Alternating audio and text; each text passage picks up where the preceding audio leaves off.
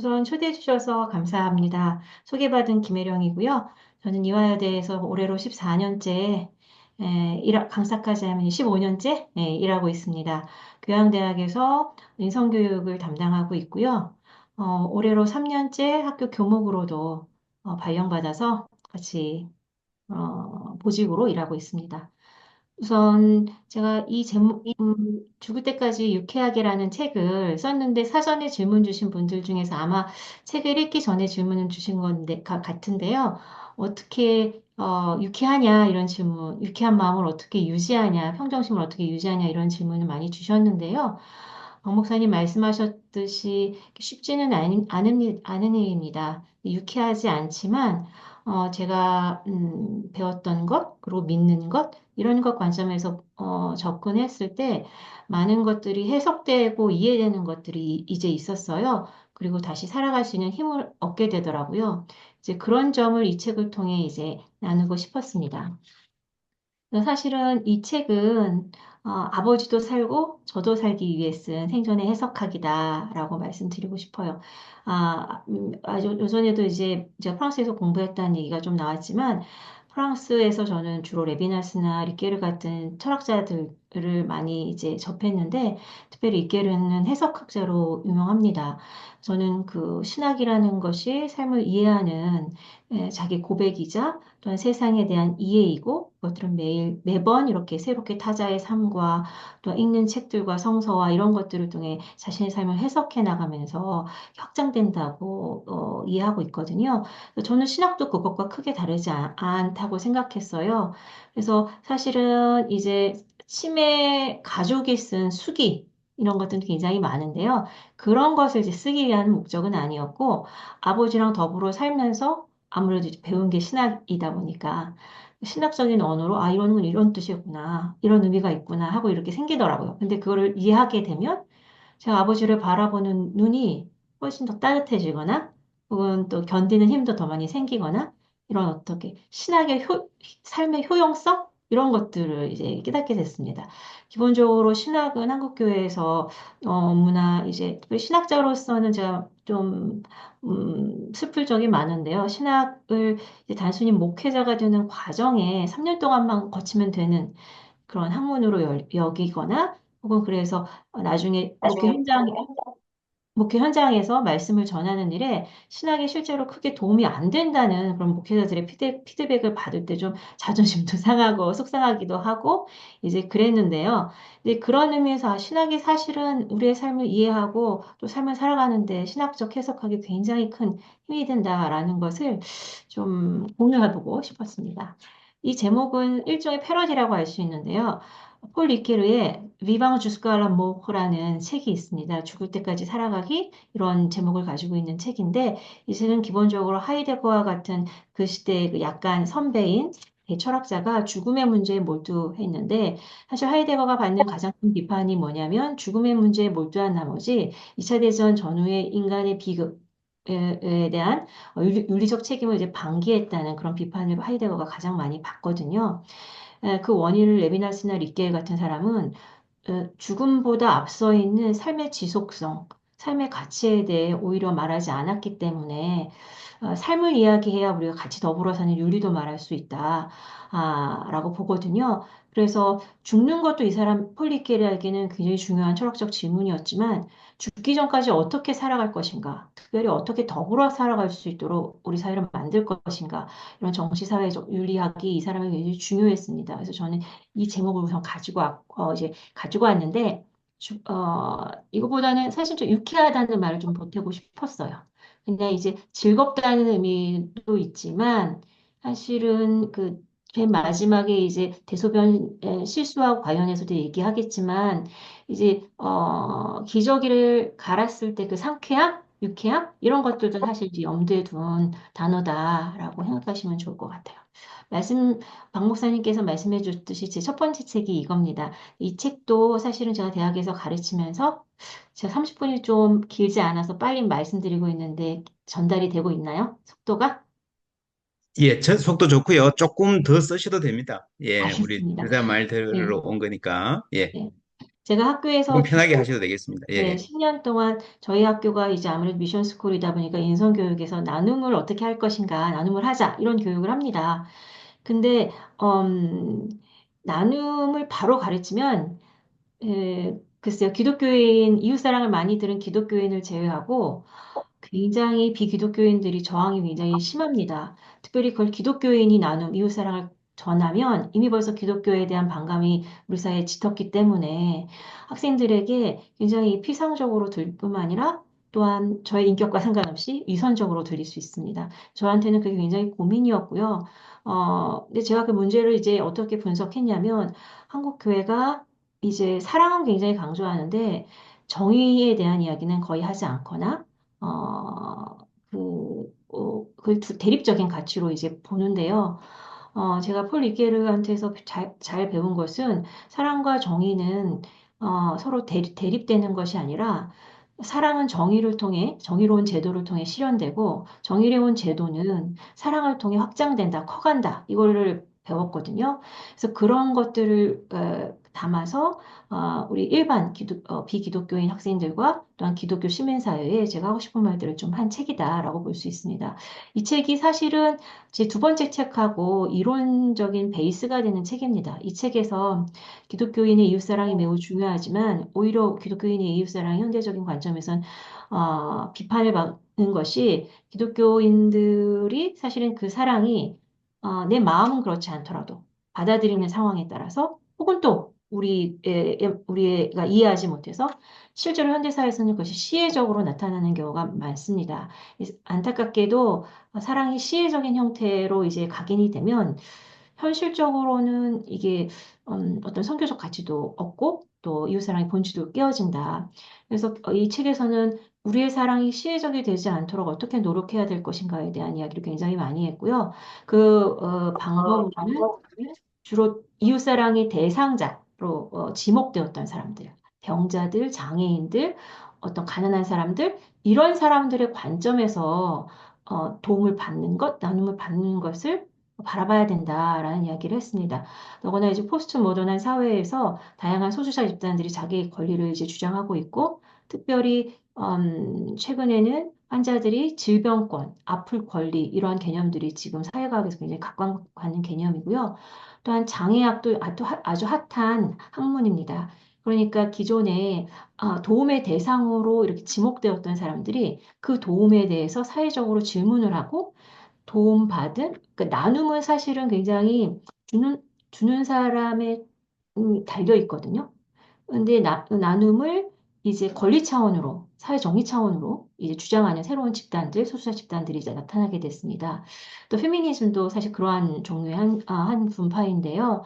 그래서 제가 이 책에서 말하고 싶었던 것은 인간의 나라의 인간의 제도 안에 우리가 임시적으로 이중 시민권자로 하나님 나라의 시민이자 또 임시적인 인간 나라의 시민으로 이제 더불어 살아야 하는데 이 상황에서 어, 인간의 제도를 하나님 나라에 더 부합한 더 좋은 제도로 만들 책임이 우리에게 있다. 자본주의 체제 안에서 사회복지를 공산주의 제도들이라고 한국 사회에서는 잘못 알고 있는데 영국 자본주의 복지가 제일 먼저 많이 나왔던 나라가 영국이거든요. 자본주의의 병폐를 해결하기에 자구책으로 나온 게 일종의 사회복지 제도이기도 합니다. 그래서 자본주의 체제를 유지하기 위해서 더 좋은 제도, 더불어 사는 제도들이 사회복지 차원에서 이제 있습니다. 그래서 그런 점들을 좀 강조하면서 결국은 정의로운 제도 안에서 타인과 함께 타인을 위한 좋은 삶이 이게 사실 릭게르의 말인데요. 이게 기독교 정치윤리에도 적용될 수 있지 않나 하는 그런 질문을 가졌었습니다. 근데 이런 질문들에 있어서 그러니까 아버지가 발병하시기 전이었는데요. 발병한 걸 알기 전이었는데요. 어, 알기 전부터 이 책을 이제 쓰기 시작했는데요. 사회복지 관련돼서 그리고 병자에 관련 관점에서 이분들을 어떻게 바라보고 우리 사회가 어떻게 준비해야 하는지에 대한 어떤 그 시초적인 그런 생각들을 제가 이 책에서 하게 됩니다. 이제 그러면서 제가 이제 학과를 선택하게 됐는데요. 제가 저희 아버지 소개를 안 해드렸군요. 제가 이 모임에 초대받아 되게 기뻤던 이유는 저희 아버지가 소속 목사님이십니다. 영등포노회 신도교회 원로 목사시고요. 제가 8살 때부터 유학 갔다 와서 30년간 목회하시고 원로 목사로 이제 은퇴하셨습니다. 그리고 음, 한 5년 정도는 괜찮으셨던 것 같아요. 그리고 나서 이제 발병을 하셨는데 엄마 아버지가 이제 김포에 두 분이만 사셨는데 저희가 발병하는 사실을 알고 엄마는 이제 굉장히 자포자기하는 심정으로 아버지하고 단둘이 하시겠다고 했습니다. 근데 제가 이런 것 저런 거를 공부하면서 병자를 돌보는 일이 얼마나 힘든지를 좀 인지했고요. 특별히 고통을 나눌 수 있는가 이 책에서 엄교 선생님께서 엄마를 독박 돌봄하는 딸의 어려움에 대해서 기술을 하면서 환자의 환자의 우리가 이런 문제에 있어서 환자에 집중하는데 환자의 곁에 있는 사람들이 무너져 내려가는 이야기를 여기서 합니다. 그러면서 우리가 환자를 지키는 일도 중요하지만 곁을 지키는 일이 되게 중요하다. 돌보는 자. 그래서 그것을 곁에 곁이라고 표현을 합니다. 제가 이 말이 굉장히 인상 깊게 각인이 되어 있었는데 제 삶에서 적용해 본 거죠. 1차 돌봄자는 엄마가 되겠지만 엄마가 무너지지 않도록 그 곁을 지키는데 왜 합가였냐?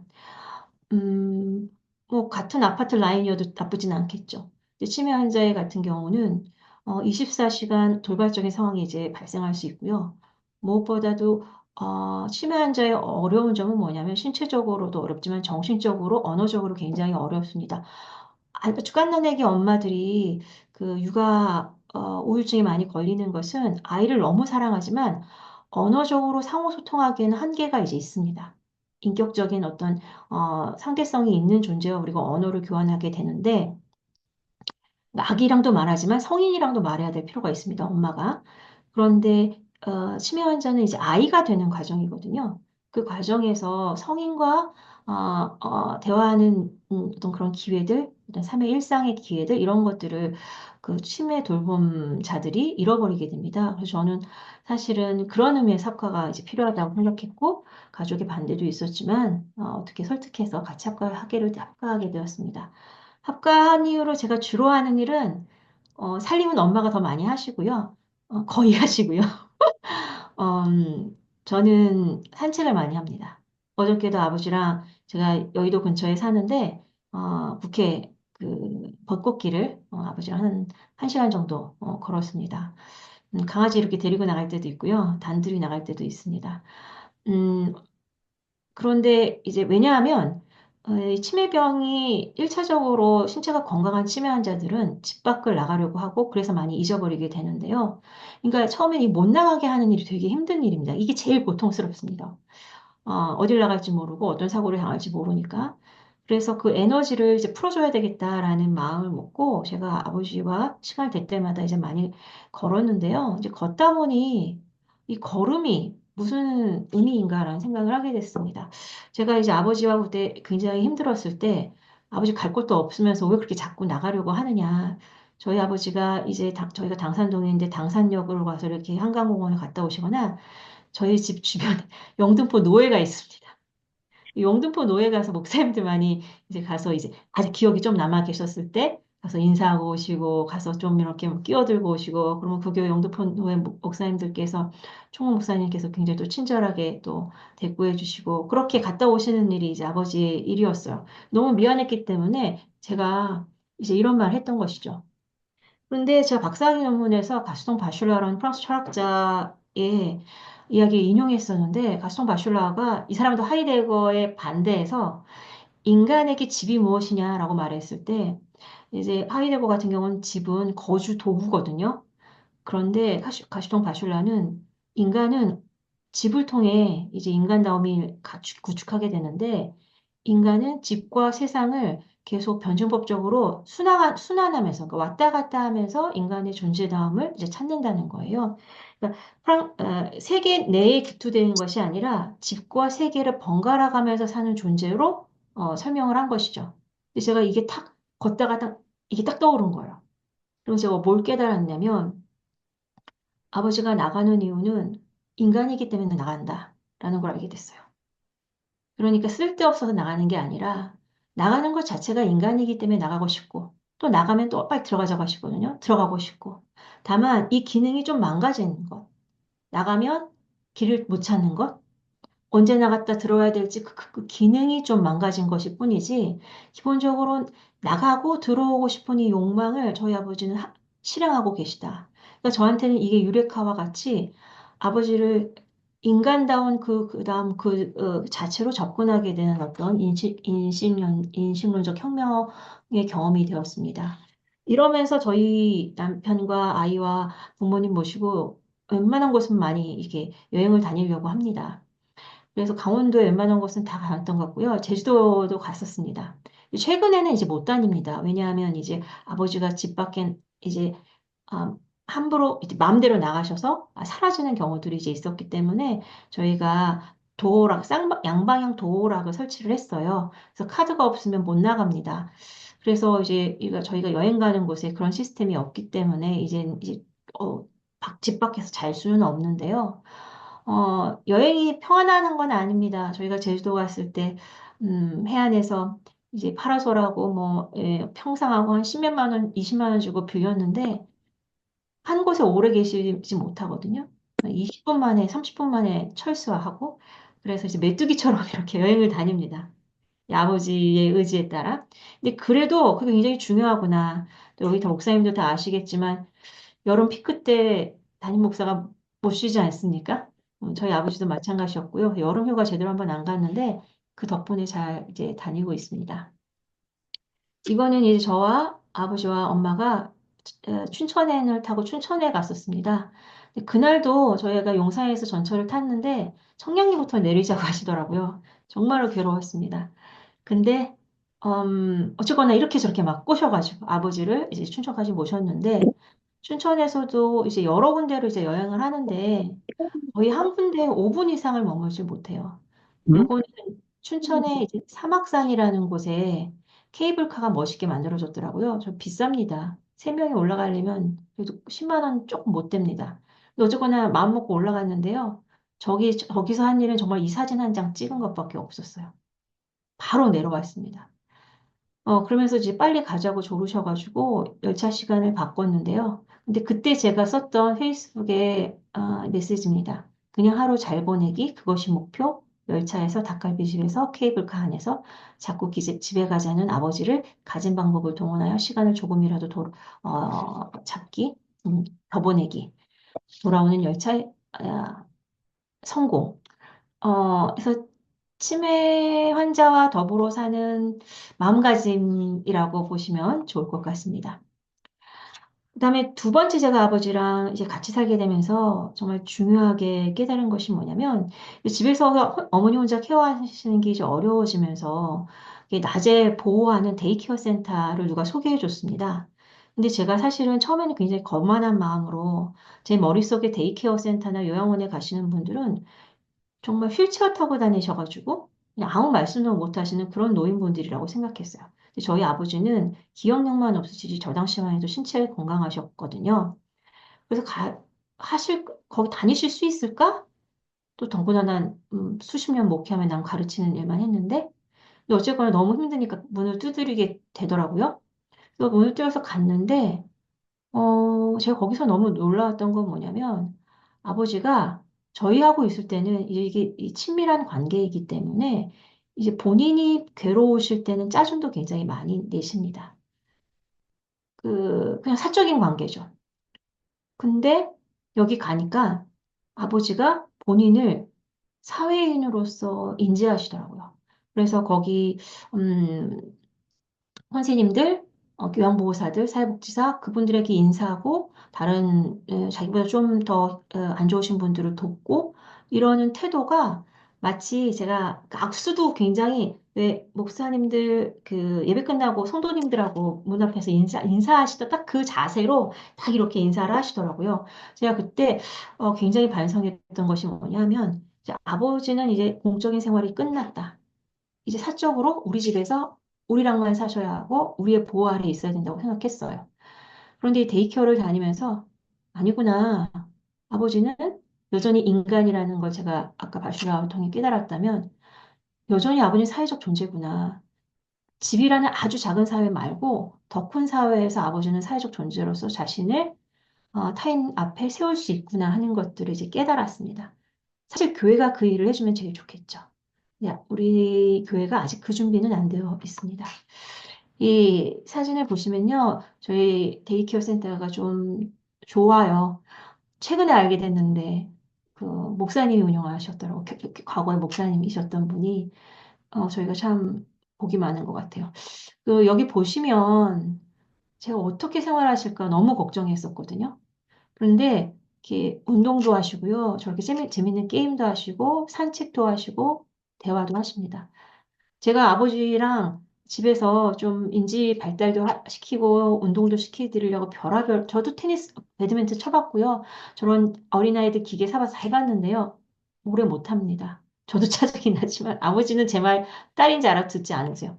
그런데 여기서 이런 걸 하신다는 거예요. 당연히 인지 기능에 좋고 신체 건강에 너무 좋죠. 그리고 저 확실히 배운 건 요양보호사들은 정말 돌봄 전문가들이세요. 제가 책에도 썼지만 이분들의 월급은 어떤 기준으로 우리 사회가 이분들의 월급 측정하는지 좀 반성해야 되는데 이 일은 아무나 할 수 있는 일이 아닙니다. 정말 어떤 신념과 그다음에 어떤 인성과 이 모든 것이 조합될 때 이 일을 행복하게 해내실 수 있거든요. 특별히 맨 오른쪽에 큰 사진 보시면 전 이 사진 굉장히 너무 보고 처음에 너무 감동했었는데요. 여기서 환자분들끼리 서로 도우십니다. 새롭게 친구가 되십니다. 그래서 저는 아버지가 새로운 사람을 사귈 수 있을 거라는 생각은 하지 못했어요. 물론 저분의 성함은 아버지는 기억하지 못하십니다. 그런데 이름 모르지만 얼굴을 점점 익혀가면서 누군가와 저렇게 손잡고 서로 의지하면서 걸을 수 있다는 것. 가족 외의 사람과. 이게 한 인간이 보여줄 수 있는 굉장히 존엄한 경지구나라는 것들을 생각하게 되었습니다. 그러면서 제가 데이케어 센터를 어떻게 새롭게 인식하게 됐냐면 한국에서는 데이케어 센터나 요양원을 죽으러 가는 곳, 자식이 버려서 버렸기 때문에 가는 곳 이렇게 인지하고 있는데 이것은 사회다라는 생각을 하게 되었습니다. 어린이집, 유치원이 인간의 최초의 사회라면 이건 마지막 사회다. 어린이집이 유치원이 사회여서 우리 사회에서 교육부를 만들어서 이 시스템이 잘 돌아가도록 지원하고 감시하듯이 데이케어 요양원도 하나의 사회로서 우리가 죽는 날까지 존엄하게 사회적 존재로서 자신의 어떤 존재성을 펼칠 수 있도록 우리 사회가 이 제도들을 잘 지원하고 감시해야 된다. 이러한 것들을 이제 제가 이제 좀 깨닫게 됩니다. 다시 한번 이제 폴리케를 책에서 읽었던 제가 피상적으로 혹은 이념적으로 생각했던 이 정의로운 제도 안에서 타인과 함께 타인을 위한 좋은 삶. 이것을 제가 이제 깨닫게 됩니다. 참고로 폴리케르는 프랑스에서 매우 보기 드문 개신교인으로서 철학자입니다. 개신교 철학을 하지는 않습니다. 개신교인이고 철학자입니다. 이렇게 이제 철학적인 어떤 저의 개인식의 변화들을 이제 겪으면서 신학적인 어떤 더 깊은 경지? 이런 어떤 이제 생각이 이제 가게 되는데요. 결국은, 우리가 이 약해진 자들과 어떻게 동행할 수 있을까? 그러한 동행하기 위해서 우리가 그걸 이해하는 방식을 신학이 어떻게 제공할 수 있을까? 라는 생각을 이제 하게 됩니다. 그것이 이제 신학자로서 또 기독교 윤리학자로서 저의 역할이라는 좀 사명감을 갖게 됐고요. 그러면서 이제 생각하게 된 것이 치매 환자가 이제 대소변을 못 가리게 되고 이제 여러 면에서 이전과는 다른 사람이 완전히 다른 사람이 되는데 한마디로 이제 의존적인 존재가 되거든요. 이런 의존적인 존재를 제가 같이 살아보면 환자의 변덕스러움과 의존성 자체가 우리에게 짜증을 이제 불러일으킵니다. 근데 1차적으로 저희 품성이 부족하기 때문이기도 하죠. 처음에는 이제 많은 사람들이 그렇게 생각합니다. 근데 신학적으로 생각해 보니까 왜 우리가 어떤 사람의 변덕스러움과 의존성 자체를 짜증으로 보는가, 그걸 열등성으로 보는가라는 고민을 하게 되었고, 그것은 우리가 가지고 있는 변화하는 것, 그러니까 주체가 되지 못하고 의존하는 것에 대한 두려움과 무시가 작동한다. 그렇게 생각하고 보니까 철학적으로는 이제 서양 철학이 근본적으로 가지고 있는 주체에 대한 판타지, 이걸 이제 비판적으로 제가 인지하게 되었고요. 두 번째로 신학적으로는 이 서양 철학이 인간의 주체성을 가장 우선하게 보는데 이제 헬레니즘과 히브리즘이 이제 합쳐지면서 서구 신학이 결국 하나의 신론에 기대고 있거든요. 어떤 신론이냐? 절대 불변의 전능한 하나님, 전지전능한 하나님. 이 절대 불변이거든요. 이러한 하나님의 대비해서 시극과 변하고 늙고 죽는 이 인간은 하나님에 비한 열등한 존재로서 존재론적 위계가 이렇게 신학적으로 이제 있잖아요. 이제 그러다 보니 인간이 죽는 것은 신학적으로 설명은 되지만 이게 항상 열등성이고, 그다음에 죽음으로 나아가는 길이기 때문에 죄의 결과로 이렇게만 이해가 됩니다. 그런데 사실은 현대 신학에서는 과정신학, 생태신학, 여성신학과 같은 현대 신학들은 현대 신론은 이미 벌써 절대전능의 전능성보다는 인간과 더불어 살아가는 어, 과정에 있는 하나님의 개념들을 이제 많이 발전시키고 있고 또 그것이 아니라면 최소한 성부 하나님에 대한 성자 하나님에 대한 인간의 고통과 함께하는 하나님에 대한 신론을 더 이제 강조하는 그런 경향성들이 있잖아요. 이런 것들을 이제 생각하게 되면서 근본적으로 약해지고 변화하고 변덕스러워지는 인간에 대한 이해가 변하려면 우리가 하나님에 대한 이해가 변화해야 된다라는 생각을 제가 좀 하게 되었습니다. 동시에 종말론적인 상상력도 필요하다. 아버지의 신체를 보면 이제 확실히 왜 고대 그리스인들이 늙음을 추함이라고 말했는가도 알 것 같아요. 미학적으로 확실히 젊음이 좋죠. 그런데, 우리가 이 치매 환자를 보는, 이제 신체가 많이 이제 굽어지고 못나지고 하는 이런 신체를 보는 새로운 눈이 필요한데, 그 눈은 기독교가 가지고 있는 종말론적 상상력으로 이제 가능하겠다, 라는 생각을 이제 하게 되고요. 그다음에 두 번째, 제가 이쯤 일반 강연에서 한 시간, 두 시간 정도 강연을 이걸 할 수 있는데, 한 시간 반 정도 이렇게 하다 보면 다 얼굴이 이제 많이 펴주세요. 그래도 제가 한번 물어봅니다. 이쯤 되면 치매 걸릴만 하시냐고. 근데, 치매가 이제 결정적으로 사람들이 이제 두려워하는 건 뭐냐면, 그러니까 주체성의 상실인데요. 단순히, 내가 기억을 못해서 자아가 상실되고, 내 주변 사람들을, 알아볼 수 있는 그 끈이, 그러니까 인식의 주체성이 사라진다는 것이 치매의 1차적인 두려움이지만, 실제적으로 사람들이 수치심을 느끼고 정말 죽고 싶다, 죽고 싶을 것 같다라고 느끼는 부분은 사실 대소변 실금과 관련되어 있습니다.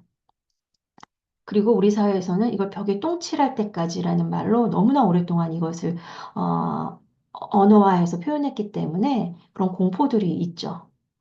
실제로 치매 노인 학대 사건의 상당수는 이 대소변 실금과 관련이 있다고 볼 수 있겠습니다. 그런데 제가 이 책을 이제 완성하고 마지막 챕터만 더 이제 써야 되겠다라고 했을 때 그때쯤 아버지가 대소변 실수를 이제 하시게 되셨어요. 그러면서 완전하게 이제 기저귀를 차시게 되었는데요. 그래서 지난 가을부터 지금까지 쭉 이렇게 발전되고 있습니다. 어떻게 설명해야 될지 모르겠었어요. 근데 그때 마침 에릭 에릭슨이라는 심리학계에서 유명한 학자가 쓴 책을 그의 아내 조앤 에릭슨이 수정해서 낸 인생의 9단계라는 책을 제가 이제 발견을 하게 됩니다. 아실는지 모르지만 프로이트 같은 경우는 인간의 성격 발달을 5단계 이렇게 말을 하면서 청년기에 딱 그 종료를 시킵니다. 그러니까 인간의 발달이 성인기에 딱 완성이 돼버리는 거예요. 근데 이제 실제로는 죽을 때까지 늙어가는 단계가 있잖아요. 그래서 에릭 에릭슨이 8단계로 해가지고 노년기를 씁니다. 근데 에릭 에릭슨이 처음에 그 책을 썼을 때는 미국에서도 기대 수명이 길지 않았을 때여가지고 60대로 상정하고 그걸 씁니다. 그리고 각 단계마다 키워드를 붙이는데 이 60대를 지혜라고 붙입니다. 그러니까 농촌 사회에서 노인은 기본적으로 지혜를 가지고 있는 존재이고, 어떻게 농사를 져야 하는지, 어떻게 삶을 살아야 하는지 이제 가르쳐 주는 존재잖아요. 그런데 이 에릭 에릭슨이 90세까지 삽니다. 그리고 죽기 전에 직전까지 자기 책을 8단계를 막 이렇게 끄적거리면서 이렇게 고쳤대요. 조앤 에릭슨의 이제 이야기에 따르면 조앤 에릭슨이 남편이 죽고 나서 그 메모들을 이렇게 봤더니 60세 말고 90세, 80세, 90세 노인으로서 자신이 새롭게 발견한 것들을 거기 좀 남겼나 봐요. 그래서 그것을 이제 조앤 에릭슨이 합쳐가지고 이제 이 책을 이제 증보판을 내게 되는데요. 그러면서 조앤 에릭슨이 거기에 이제 죽기 직전의 단계, 그러니까 우리의 기대 수명이 늘어나게 되면서 80세, 90세, 100세가 되는 그 마지막 순간을 인테그리티라는 말로 통전성 혹은 완성이라는 말로 이제 붙이게 됩니다. 말이 안 되잖아요. 자기도 거기서 그렇게 써요. 남이 이렇게 먹여주고 치워주고 도움 없이는 살아갈 수 없는 존재에게 완성이라니.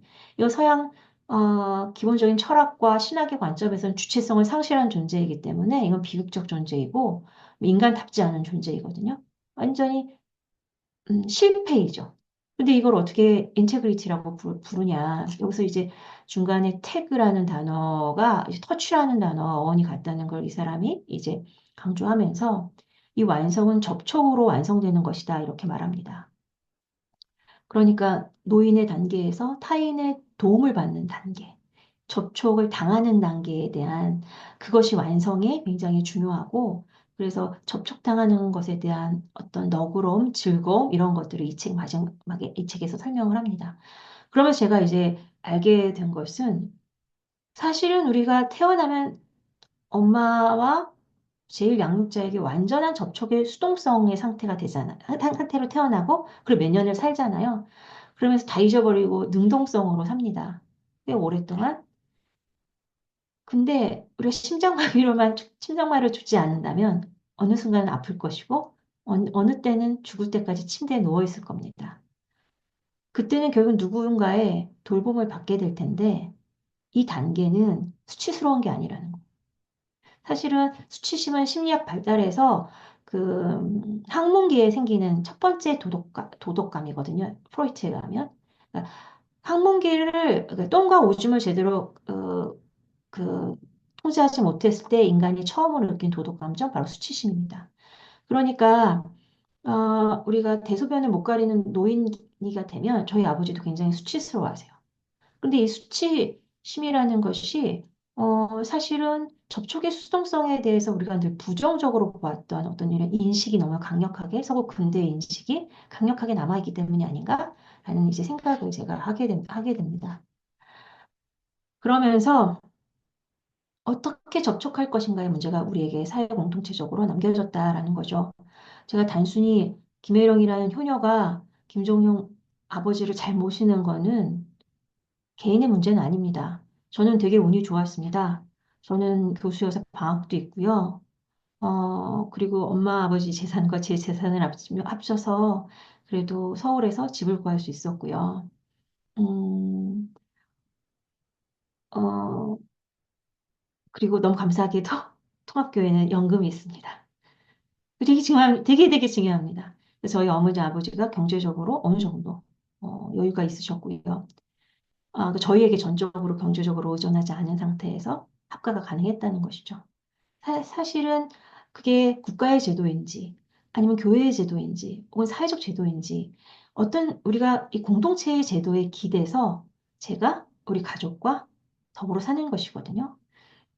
그러니까 이 돌봄을 접촉이라고 말했을 때 어떻게 접촉할 것인가의 문제는 이 문제는 제 개인의 윤리적인 문제이면서 사회적인 질문이고 정치적인 질문입니다. 기독교 윤리학적으로 제가 감히 말씀드리면, 기독교가 가지고 있는, 지금 현대사회에서, 특히 한국 사회에서 기독교가 가지고 있는 가장 큰 문제는 단순히 밖에 나가서 뭐 정치적으로 목소리를 내고 안 내고의 문제가 아니라, 우리 사회가 더불어 살기 위해 필요한 다양한 제도들을 정치적으로 만들어 가야 되는데, 그 제도들에 대한 오해가 굉장히 크다. 조세반감이 굉장히 크고요. 사회복지 제도들을 공산주의식 제도라고 오인하는 경우들이 굉장히 많이 있습니다. 그래서 그러한 면에서 어, 한국교회가 데이케어 센터나 요양원에 관심이 있어도 당분간은 못할 겁니다. 왜냐하면 한국 사회에서 데이케어 센터나 요양원은 그 교회 사적 기관의 돈으로 절대 운영할 수 없습니다. 그럼 아마 거기 오시는 교인분들이 한 500만 원씩 내야 될 거예요. 그래 운영을 겨우 할 수 있을 거예요. 국가의 돈이 반드시 필요합니다. 국가의 돈이 들어온다는 것은 사실은 관리도 받아야 된다는 거거든요. 재산 투명하게. 이게 우리가 사학법에서 실패했던 국가와 정치적 관계를 조율하지 못했던 1차 실패인데 이 실패를 다시 재건하지 않으면 사실은 교회가 임시적으로 뭐 그 치매의 노인 혹은 나이 드신 정말 죽기 직전의 노인분들, 90세 이후의 노인분들을 조금씩은 도울 수 있지만 정말로 돌봄 교회가 되기는 어려울 거라고 저는 예상합니다. 그래서 결국 우리는 우리의 노년이 어떻게 접촉당하고 싶은가의 질문으로 저에게 남겨졌다라고 봅니다. 그래서 제가 이제 아까 목사님 말씀하셨지만 마지막 장은 저희 딸에게 남긴 유언으로 썼습니다. 엄마가 이러저러한 거 보니까 아버지처럼 치매 걸릴 확률이 높아. 엄마도 좀 두려운데 어떻게 받아들일 수 있을까? 제가 거기서 내린 결론은 그리스도인으로서 우리 정치에 더 좋은 제도를 만들기 위해 그리스도인들이 노력한다는 전제 안에서 엄마는 유쾌하게 엄마의 치매를 받아들이고 싶어 라고 이제 제가 유언을 남겼습니다. 그러고 보니 예수님의 이야기도 사순절에 이걸 다시 보니까 좀 저에게 오는 게 있더라고요. 어떻게 접촉할 것인가? 접촉이 두 가지가 있습니다. 로마 병정들처럼 죽어가는 사람을 학대하면서 방치할 수도 있고요. 또 향유를 부은 여인처럼 제자들이 그 비싼 걸 왜 부으냐라고 할 때 자기가 가진 값진 것으로 죽음을 맞이한 이를 아름답게 가꿔줄 수도 있는 것이 인간의 두 가지 접촉 방식이 아닌가. 예수님은 분명하게 우리에게 한 가지 방식을 보여주시지 않았나라는 생각이 듭니다. 감사합니다.